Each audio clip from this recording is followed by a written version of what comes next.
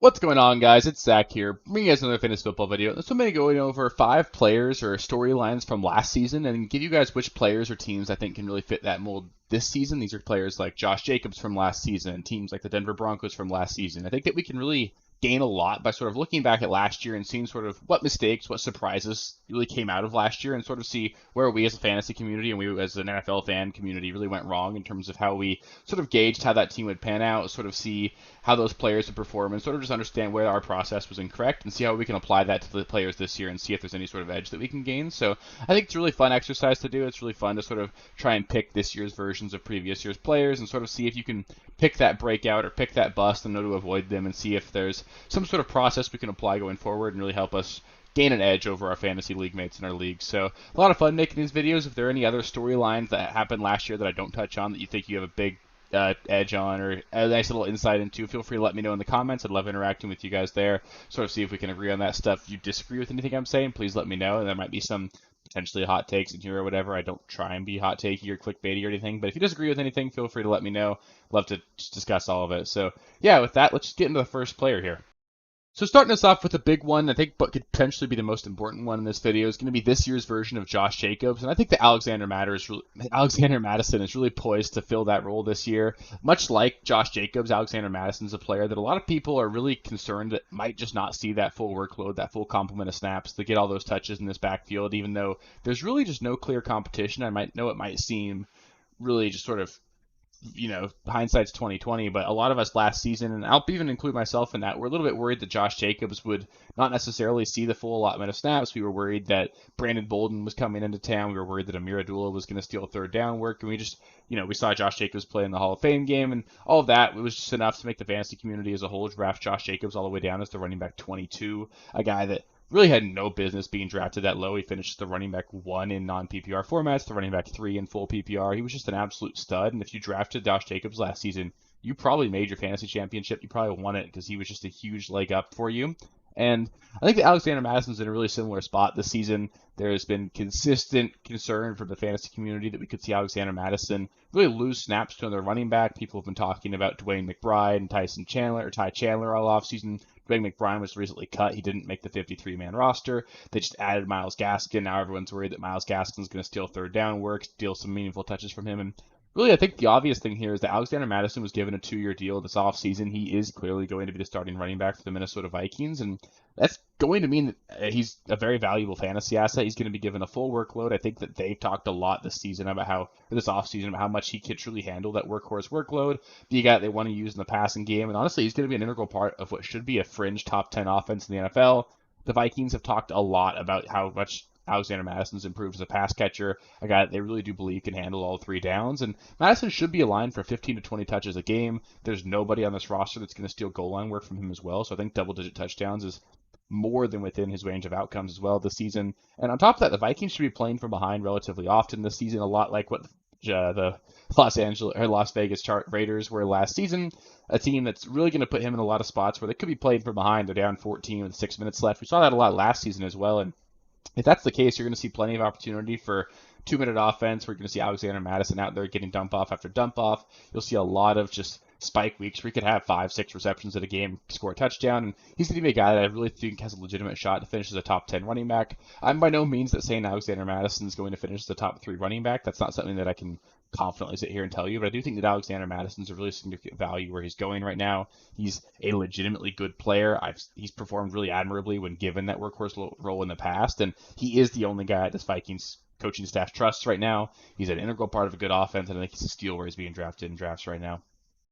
Next up, I've got this year's version of the Denver Broncos, and for me, this one was actually pretty obvious. It's going to be the New York Jets here. I don't think the Jets are going to be the dumpster fire, in all honesty, that we saw out of the Denver Broncos last year. I think that's going to be something that's really tough for anybody to really replicate. That was a dumpster fire of all dumpster fires. It really couldn't have gone any worse for the Denver Broncos than it did, but I think it's fair to say that there are some very high expectations for the New York Jets this season that I just don't think are very realistic. The Jets, much like what the Broncos did last season, acquired a future Hall of Fame quarterback in Aaron Rodgers. They've added plenty of other free agents. They signed Allen Lazard. They've added Dalvin Cook.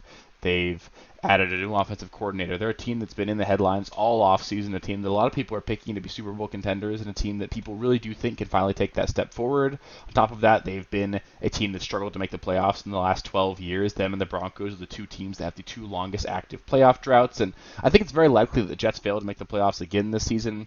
I just think that the Jets are going to disappoint across the board. Their schedule is just absolutely brutal. I'll read off their opening schedule for you guys. They open week 1 against the Bills. That's probably a loss. They go to Dallas. That's probably a loss. They host the Patriots. They'll probably win that one. Then they play the Chiefs, the Broncos, and the Eagles. They're probably going to start the season 1-5, maybe 2-4 if they can claw out a win. And it doesn't get much easier after that. They get the Giants, the Chargers, the Raiders, the Bills again, the Dolphins. This is an absolutely brutal schedule. It doesn't really ease up until like the last 5 weeks of the season. I think you could easily see a world where the Jets finish like 6-11, 7-10. Their schedule is just really tough, and I don't really see a world where they're a good enough team to overcome all that. They've got Breece Hall, their star running back, coming off of a torn ACL. It's rare that we see guys truly perform at a high level the first year off the ACL. Dalvin Cook showed a lot of signs of really wearing down last season. He doesn't look like he's the same all-pro running back that he once was. Aaron Rodgers himself had a really down last year.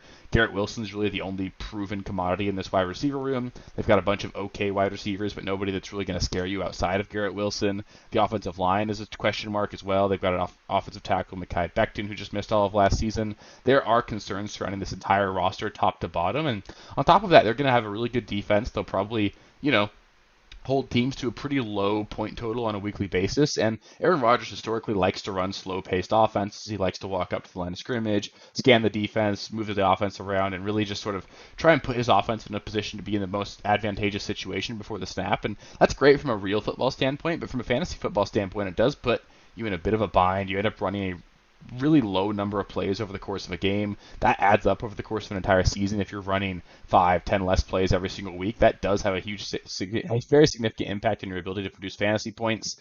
And on top of that, the running back room's crowded, similar to what we saw in Denver last season. We saw Melvin Gordon and Javonte Williams go back and forth for touches. We're going to see a very similar thing this season with Dalvin Cook and Breece Hall. So I don't really see either one of those two guys returning consistent fantasy value over the course of the whole season. The only receiver that I really think can perform at a high level all year is going to be Garrett Wilson. So I think that that's really going to be a scenario where, much like in Denver last year, where Jerry Jeudy was really the only fantasy asset for you that you could reliably trust last year, I think Garrett Wilson's going to be that for the Jets this season. Other than that, I think the Jets are going to disappoint in a huge way, and honestly, Garrett Wilson could be an underperformer as well. I still think he'll be like a high-end wide receiver 2, low-end wide receiver 1, but there is a very real floor for him where maybe Aaron Rodgers just isn't the same Rodgers he was in the past. Maybe this is a really slow-paced offense, and maybe touchdowns don't break his way, and I think there's just a lot to be concerned about in New York right now, and where all these guys are being drafted with all the hype this team's been getting. I just can't see myself getting behind it.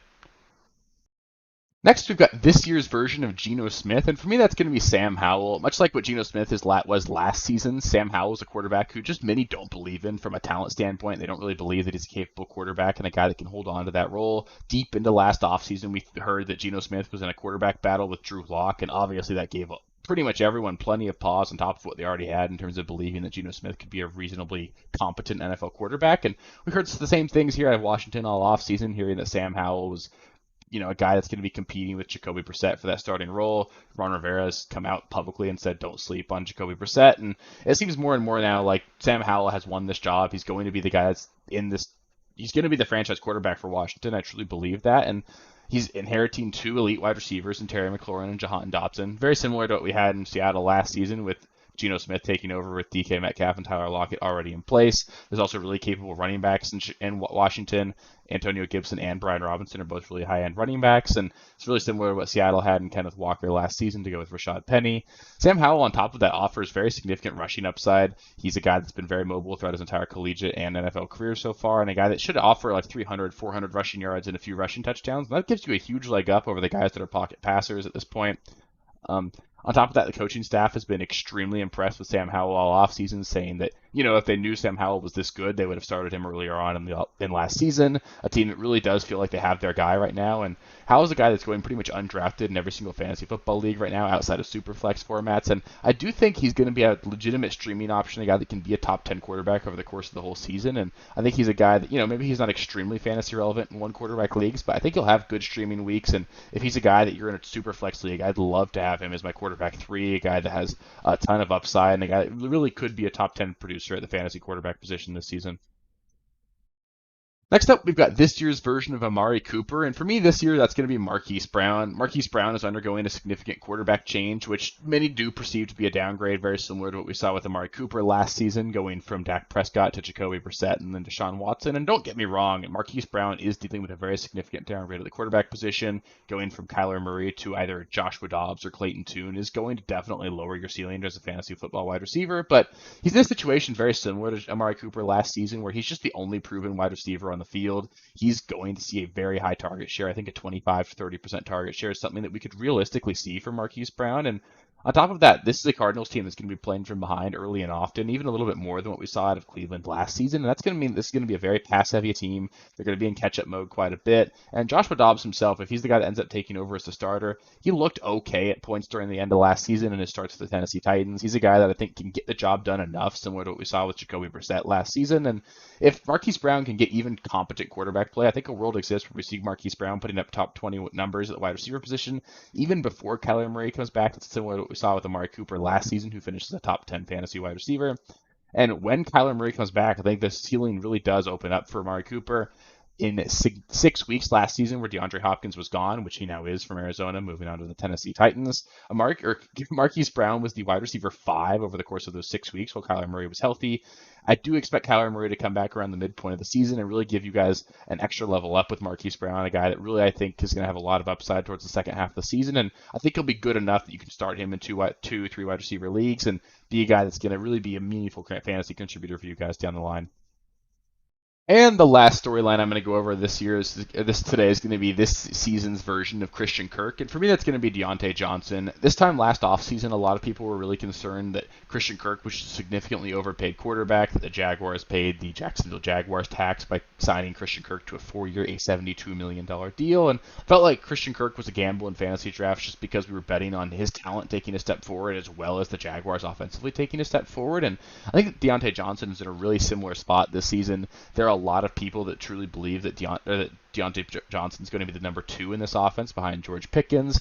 On top of that, many people feel that the Steelers' offense is just not going to perform at a very high level, and I actually really expect the Steelers' offense to take a significant step forward.